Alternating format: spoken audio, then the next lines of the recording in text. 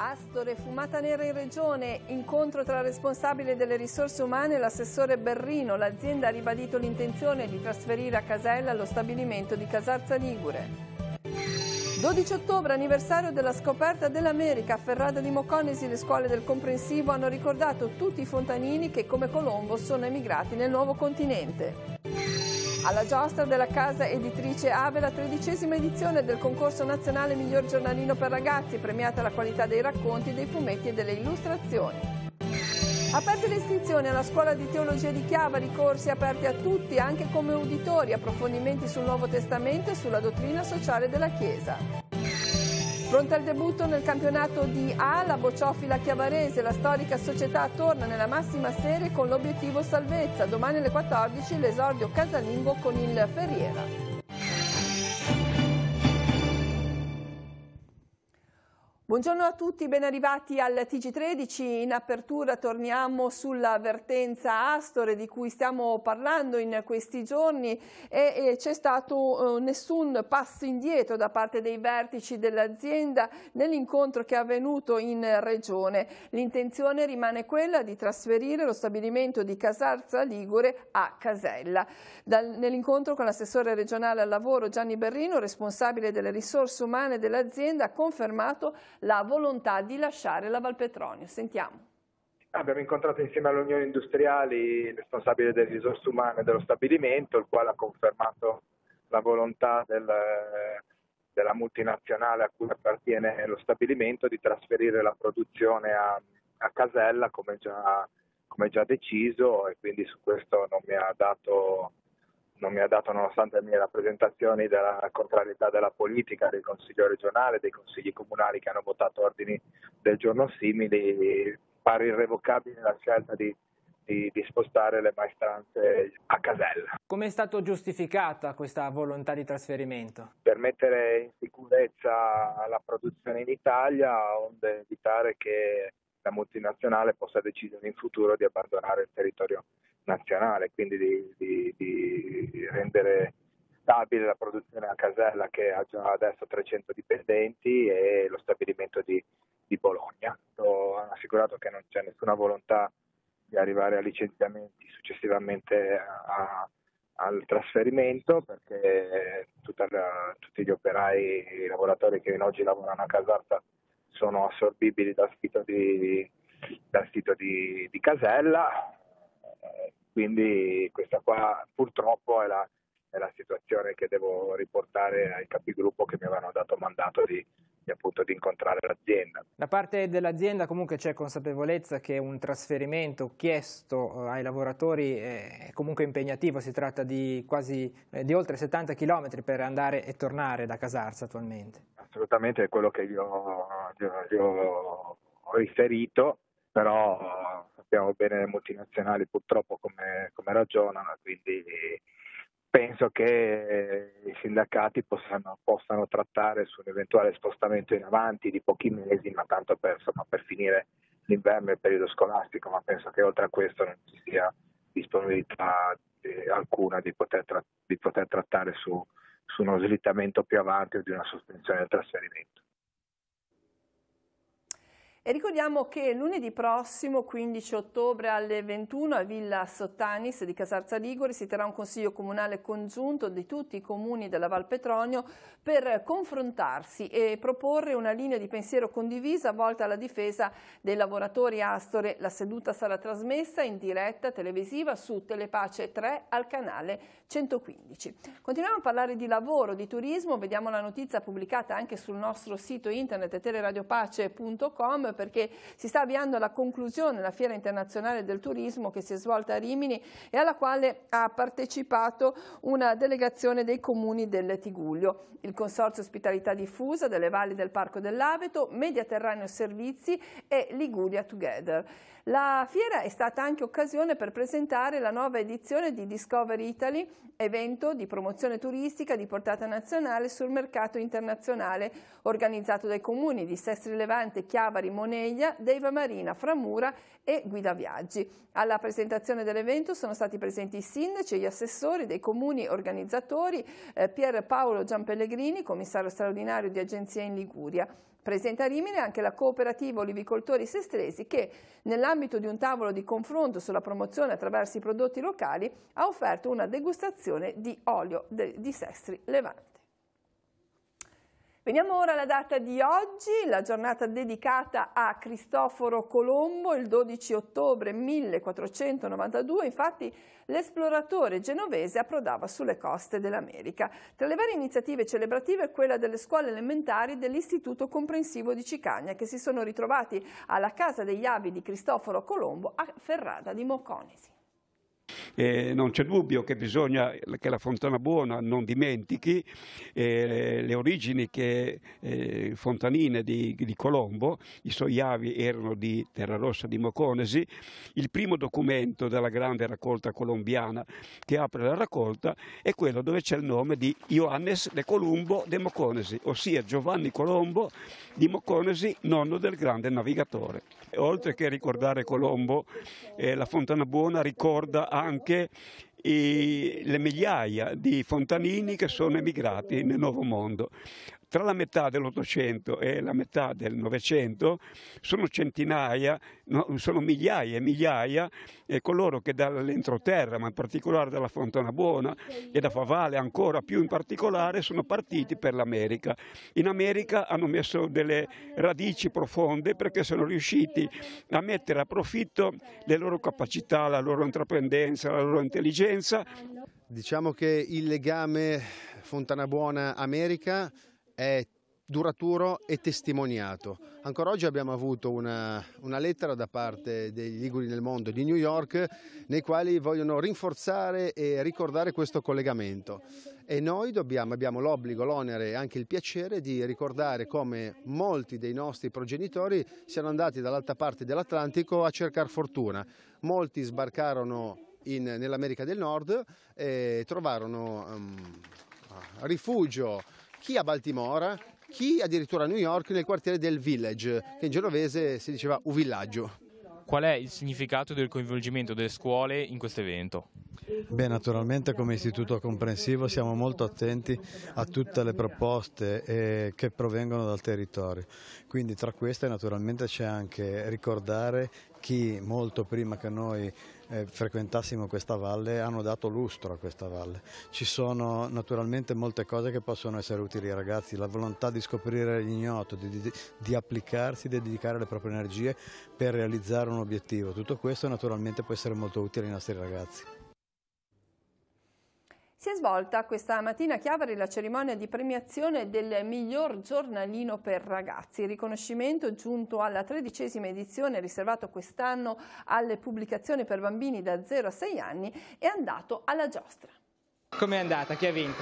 Premiato è la giostra dell'editrice Ave. Poi hanno comunque ricevuto premi anche G-Baby, Focus Pico, la Vivacemente, Frozen e Pixar Car. Perché è stata scelta la giostra?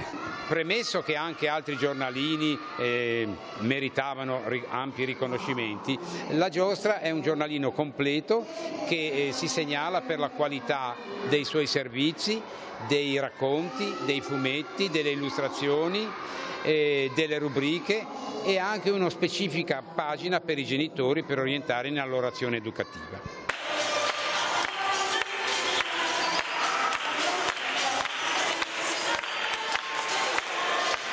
Che significato ha per voi questo premio? Beh, intanto la giostra ha una storia molto lunga perché nasce addirittura nel 1970, poi ha subito vari cambiamenti e questa è la prima volta che vince il premio della città di Chiavari ed è un motivo di fiducia soprattutto e di spinta a continuare su questa strada. In un periodo storico in cui le nuove tecnologie cellulari la fanno da padrone, come si inserisce, qual è il valore aggiunto di una pubblicazione cartacea e della giostra? Mi viene da pensare che non dobbiamo avere paura di questo mondo digitale perché i bambini, che ci piacciono, ne fanno esperienza e ci sfidano a mettere nel mondo digitale, che è uno strumento, momento contenuti buoni e arricchenti. La carta ha un incanto tutto suo, un bambino che tiene un libro tra le mani è un bimbo che cresce, no? che si riempie di cose belle. Ecco, cosa raccontano le pagine della giostra? Beh, innanzitutto è ricca di storie, le storie sono potentissime, diventano forza per un bambino che cresce a cercare significati per la vita e la giostra ha una cura particolare nello scegliere i testi anche di autori molto importanti. Di metodi educativi si è parlato anche ieri sera nel corso di un incontro in casa Marchesani a Chiavari con il pedagogista Daniele Novara, seguito da un folto pubblico di insegnanti, giornalisti ma anche di genitori. La relazione dal titolo "Non è colpa dei bambini" ha affrontato le tematiche dell'educazione dai bambini e degli adolescenti, le difficoltà che si possono incontrare nel ruolo di genitori e di come l'uso delle nuove tecnologie possa far insorgere problemi nello sviluppo cognitivo ed emotivo dei ragazzi. Stiamo vedendo alcune immagini. L'incontro, organizzato dall'ufficio scuola della diocesi, si inseriva nel corso di aggiornamento per gli insegnanti ed è stato esteso anche alla formazione dei giornalisti. Sarà riproposto lunedì sera alle ore 21 su Telepace 1 al canale 15.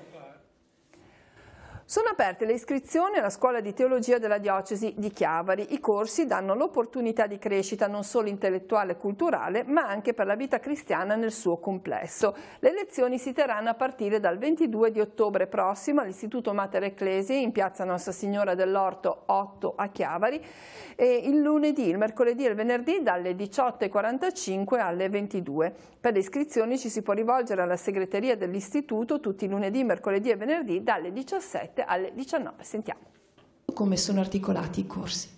Ma i corsi prevedono un anno propedeutico, il primo anno con le materie introduttive di introduzione alla scrittura, teologia fondamentale, teologia liturgica e anche introduzione alla filosofia. E poi il secondo anno di un biennio ciclico, quest'anno si approfondirà in modo particolare il Nuovo Testamento nella Sacra Scrittura e poi tutti i sacramenti in teologia invece. Quali sono i nuovi corsi che sono stati introdotti con questo anno accademico? Innanzitutto questo corso sul Nuovo Testamento, il primo che inizierà adesso il 22 di ottobre sarà sulla letteratura giovannea e i Vangeli, quindi mi sembra anche una bella coincidenza con quello che facciamo in diocesi, cioè approfondiamo la conoscenza del Vangelo di Luca. Ecco, questo corso sicuramente ci darà qualche fondamento. E poi nel secondo semestre abbiamo un corso di dottrina sociale della Chiesa che terrà il professor Luigi Baldi dell'Università di Genova, che ci è sembrato molto attuale per motivare anche un po' l'impegno sociale e politico dei cattolici. A chi sono rivolti questi corsi? I corsi sono rivolti a tutti coloro che desiderano, approfondire un po' il deposito della fede cristiana e anche, confrontarsi un po' criticamente con essa. Mi sembra che quest'anno rispondano anche a una richiesta di formazione che la nostra diocesi ha avanzato anche con le linee pastorali che il Vescovo ha presentato il 10 di giugno. Una richiesta di formazione quindi rivolta in particolare a coloro che esercitano un ministero nella Chiesa, ai catechisti, coloro quindi che desiderano approfondire il cammino di fede. È possibile partecipare anche come semplici uditori? Sì, certo, ci si può iscrivere solo ad alcuni corsi a cui si è interessati, senza l'obbligo quindi di dover poi sostenere l'esame finale. L'oratorio di Maria Ausiliatrice di Monleone di Cicagna dà avvio ad un nuovo anno di attività con una festa e l'Open Day. Sabato alle 15 l'apertura della struttura oratoriale e alle 16 la Santa Messa celebrata da un padre salesiano della comunità di Genova, San Pier d'Arena. Seguirà la merenda per tutti e la castagnata. A seguire l'Open Day, delle attività che saranno proposte nel corso dell'inverno. La giornata di festa si concluderà attorno alle 18. Il tema di quest'anno: Io sono una missione per la vita degli altri. Si è spento all'età di 71 anni Franco Garibaldi, fratello di Gino Garibaldi, vice sindaco di Cogorno.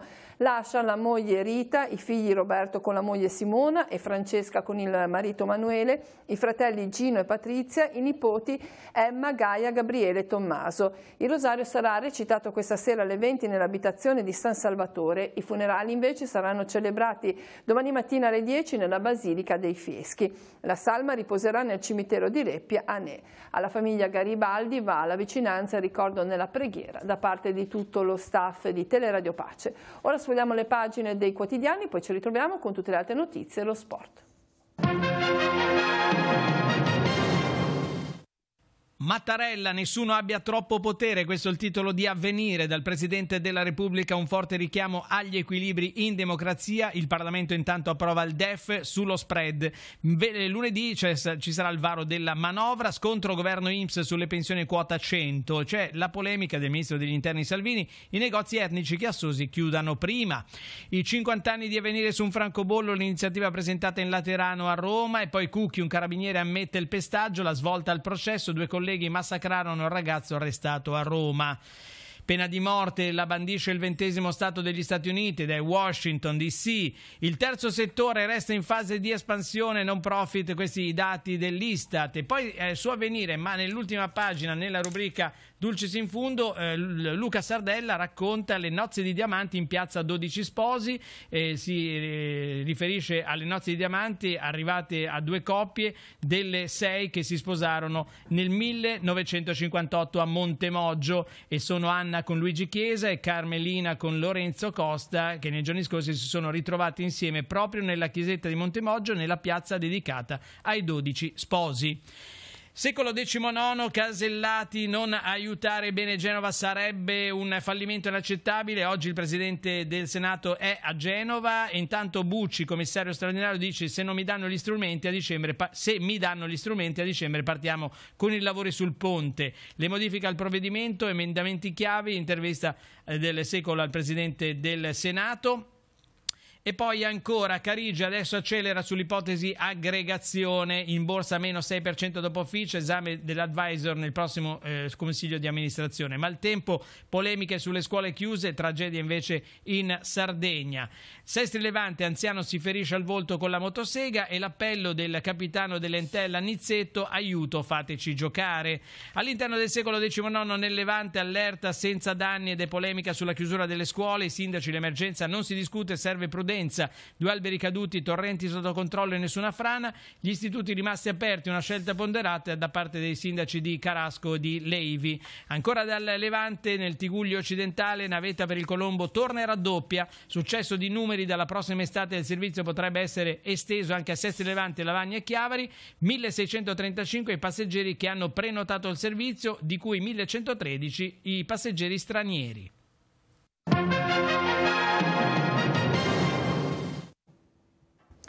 Per le ultime notizie andiamo in redazione, per noi oggi Giacomo Rizzi. Grazie Cristina. L'aggiornamento di oggi riguarda la mobilità, in particolare quella ferroviaria. Infatti, grazie a una richiesta della Giunta regionale, sarà possibile anche per il mese di novembre richiedere il bonus sugli abbonamenti di Trenitalia. Infatti, a causa dei disservizi che erano riguardati i mesi estivi, non è stato raggiunto l'indice di affidabilità per quanto riguarda le tratte tra Levante e Genova e Milano. Di conseguenza sarà possibile per i pendolari richiedere il bonus per il mese di novembre per comprare l'abbonamento regionale, se non fossero riusciti a farlo per il mese di ottobre, proprio perché questa comunicazione di questo bonus è avvenuta in maniera tardiva e di conseguenza non è stato possibile per tutti i pendolari. Per ricevere questo bonus il pendolare dovrà presentarsi con l'abbonamento di luglio e quello di ottobre per ottenere il bonus per il mese di novembre. Dalla redazione è tutto, la linea può tornare allo studio. Bene, grazie. Apriamo ora la pagina sportiva e parliamo di bocce. Sta per decollare una nuova stagione agonistica per la bocciofila chiavarese che dopo diversi anni torna nella massima serie. Domani pomeriggio alle 14 sui campi di Corso Colombo a Chiavari, sede della storica società sportiva, si disputerà la prima di campionato di Serie A che vedrà contrapposti gli atleti chiavaresi agli avversari del Ferriera Torino. Sentiamo con quali auspici la società si sta preparando a questa nuova avventura. Il Chiavari ritorna in Serie A e si riparte con una nuova avventura. Sì, tutto giusto hai detto. ritorno in Serie A dopo diversi anni, ho perso il conto quasi, con una nuova filosofia, con un progetto nuovo, con un modo diverso di intendere le bocce. Sono finiti i tempi dei grandi sponsor, un po' ci dispiace chiaramente perché senza soldi non si riesce a fare niente, però noi ci siamo dati un'altra organizzazione, un altro sistema, un altro modo di vedere le bocce e così facendo siamo riusciti a riportare la squadra con diversi anni e grazie alla collaborazione di validissimi giocatori siamo riusciti ad raggiungere il massimo campionato. Il nostro obiettivo massimo è quello di salvarci, se ci salvassimo sarebbe un grandissimo risultato come vincere una Coppa dei Campioni uguale. Se dovessimo mai retrocedere non succede niente, la Chiavarese c'era e ci sarà ancora, proseguiremo e ritenteremo, però io sono straconvinto come allenatore, come responsabile tecnico di avere le possibilità attraverso l'aiuto dei giocatori di giocarmela fino in fondo. Loro hanno iniziato dalla prima categoria, hanno scalato fino alla B, da lì siamo saliti in A, forse anche inaspettatamente, ma abbiamo meritato, sono contento di aver dato una mano alla causa e niente, l'anno prossimo un'avventura nuova. Non vediamo l'ora di iniziare e speriamo, come dice Antonello, di raggiungere la salvezza che per noi è come una Coppa dei Campioni, è dura, un campionato difficile. In una società storica che arriva da tanti risultati, perciò insomma il nome credo che in Serie A tutti vi conoscono. Assolutamente, la Chiavarese è una società storica, gloriosa, ricca di titoli, negli anni d'oro, c'era, ci sarà sempre, come ha detto lui, e siamo onorati di vestire la maglia. Ora la pallanuoto, sono 5 le giocatrici della Rapallo Pallanuoto convocate in nazionale per il collegiale in programma dal 14 al 18 di ottobre a Ostia. Tra queste per la prima volta l'atleta quindicenne Sofia Giustini, che vestirà la calottina azzurra insieme a Federica Lavi, Giulia Emmolo, Silvia Vegno e Giulia Viacava. Per lei una stagione 2018 da incorniciare e un'altra che si apre nel migliore dei modi, perché Sofia ha conquistato il premio speciale di miglior marcatore nella finale nazionale di tutti e 3 i campionati giovanili Under 15, Under 17 e Under 19 con le Juniores. Si è pure laureata campionessa d'Italia e in estate ha pure messo al collo la medaglia d'argento con le azzurrine ai mondiali Under 18 a Belgrado. Si conclude così questa edizione del TG13, l'informazione torna questa sera alle 19:15, 20:30, 22:45. Grazie a tutti dell'attenzione, buon pomeriggio.